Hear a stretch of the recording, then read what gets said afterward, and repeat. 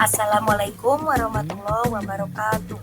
Kembali lagi bersama kami, Agna Misti Wulandari, Aini Feliana, Anissa Septiani, Bahtra Roro Ambarwati, Bunga Sriandari, juga Dewi Apriyasari yang akan membahas topik 2, demonstrasi kontekstual dari mata kuliah pembelajaran sosial emosional.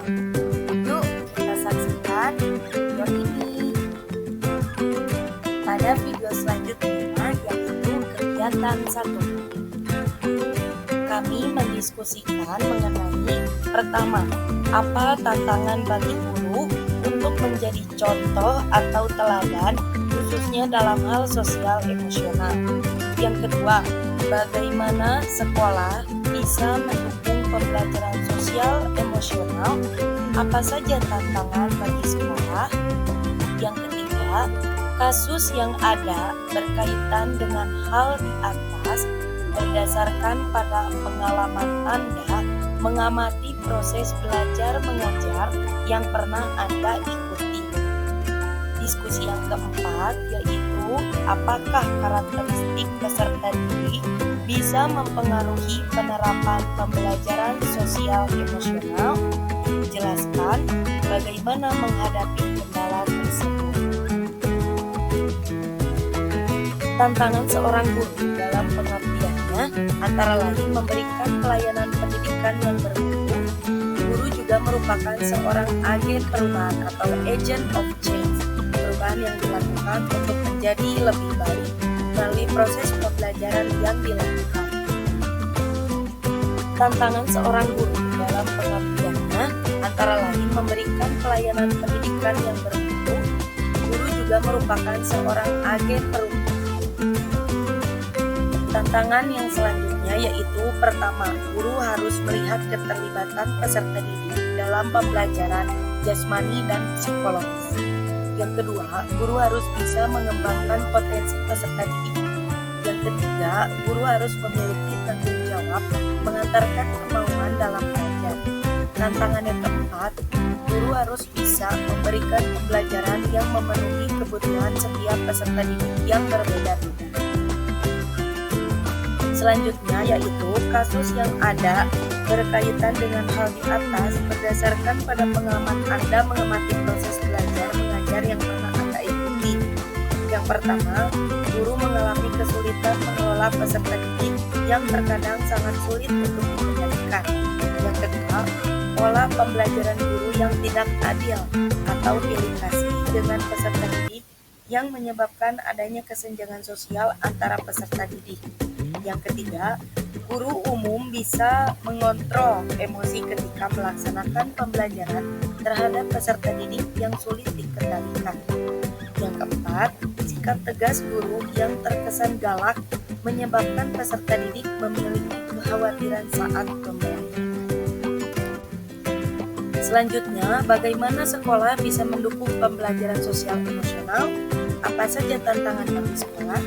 Yang pertama, sekolah pengintegrasian program SEL. Sekolah dapat mengintegrasikan program-program formal yang berfokus pada pembelajaran sosial emosional ke dalam kurikulum merdeka. Ini dapat mencakup pelatihan keterampilan sosial, program anti-bullying, atau kegiatan pengembangan empati dan kesadaran diri.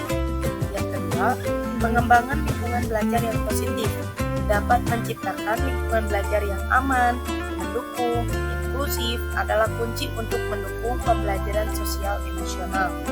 Ini bisa meliputi program-program seperti pertemuan kelas, kegiatan pembinaan positif, dan kebijakan sosial yang mendukung keadilan dan kesetaraan. Selanjutnya, adanya pembinaan hubungan yang positif. Sekolah dapat memberikan perhatian khusus pada pembinaan hubungan yang positif antara guru dan siswanya, serta antara guru dan semua siswa. Ini mencakup pemberdayaan guru untuk membangun ikatan emosional yang kuat dan siswa dapat mengimplementasikan strategi yang mendorong kolaborasi dan kerjasama. Yang keempat, membangun keterampilan sosial dan emosional. Melalui program-program khusus atau kegiatan ekstrakurikuler, sekolah dapat membantu siswa untuk mengembangkan keterampilan sosial dan emosional yang digunakan seperti empati, komunikasi yang efektif, manajemen emosi, dan resolusi konflik. Selanjutnya, apakah karakteristik peserta didik bisa mempengaruhi penerapan pembelajaran sosial emosional? Jelaskan dan bagaimana menghadapi kendala tersebut. Ya, tentunya karakteristik peserta didik bisa mempengaruhi penerapan pembelajaran sosial emosional atau SEM. Berbagai faktor seperti latar belakang budaya, kemudian tingkat perkembangan emosional, kebutuhan khusus, dan pengalaman pribadi dapat mempengaruhi bagaimana peserta didik merespon dan berpartisipasi dalam program-program SEM. Menghadapi kendala-kendala ini dalam penerapan pembelajaran sosial emosional memerlukan pendekatan yang holistik dan berbasis pada kebutuhan.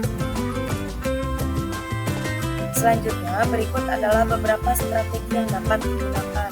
Pertama, menggunakan pembelajaran yang berdiferensiasi, yaitu guru perlu mengadopsi pendekatan yang diferensiasi yang mempertimbangkan perbedaan individual dalam gaya belajar, tingkat pemahaman, dan kebutuhan emosional peserta didik.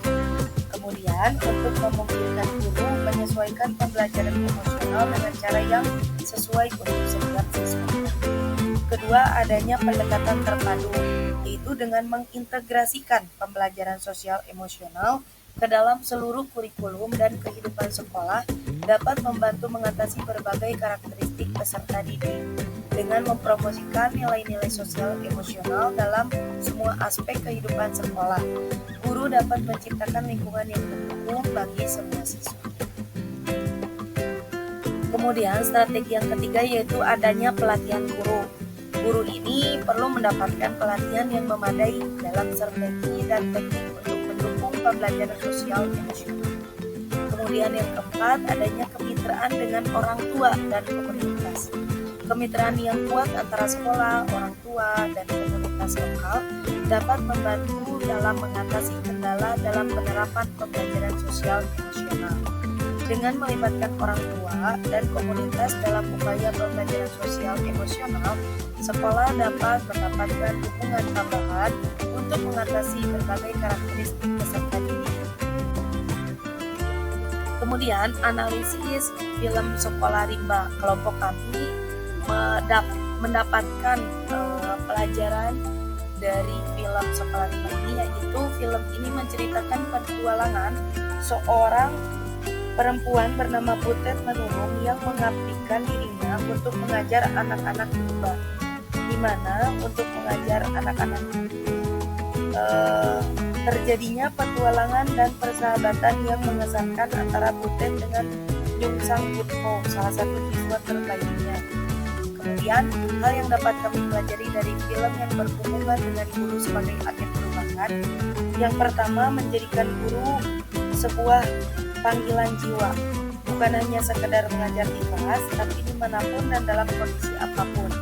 Yang kedua, pendidikan bukan hanya untuk kalangan bagi daerah terkota, namun juga untuk di wilayah terpencil dan tertinggal sekalipun. Ketiga, hubungan sosial dan relasi yang baik akan memudahkan kegiatan pembelajaran yang dilakukan.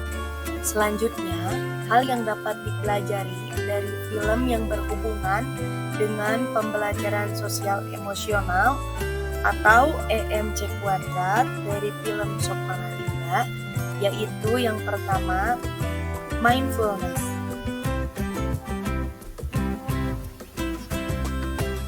Kita sebagai seorang guru meyakinkan dan merenungkan dirinya menjadi guru. Kemudian dari aspek empati, kita dapat peduli dengan anak muda.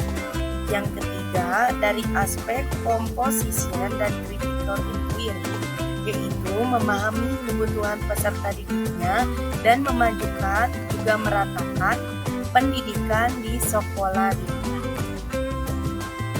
Terima kasih, mungkin itu saja yang dapat kami sampaikan. Semoga dapat bermanfaat untuk kalian semua.